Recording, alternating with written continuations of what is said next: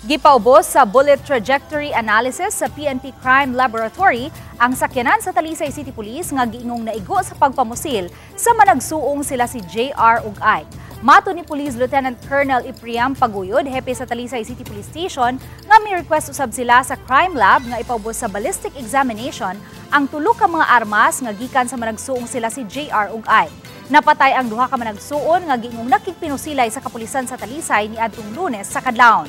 Una nakadawat og taho ang kapulisan gikan sa mga concerned citizen batok sa managsuon nga armado nga nagpangitngit sa Maydan sa Barangay Campo 4 sa Talisay City. Giingong una silang mipauwan sa mga bala sa mga pulis nga mo'y hinungdan nga natusak-tusak sa mga bala ang unmarked vehicle sa kapulisan nga misangpot sa pinusilay ug misangko sa kamatayon nila ni JR ug I. Nasuta nga si JR ang top 4 most wanted sa Region 7 tungod sa mga kasong murder niini. Ug kasong homicide usab ang giatubang sa iyang manghod. Apan bisan pa man niini gisalikway sa inahan sa managsuon ang pamahayag sa kapulisan. Subay niini gipaubos sa paraffin test ang mga kamot sa duha aron pagsuta kung nakapabuto ba kini sa mga armas nga nasakmi. For us na we want to show na legitimate yung operation ng police. So now, hintayin po natin yung result.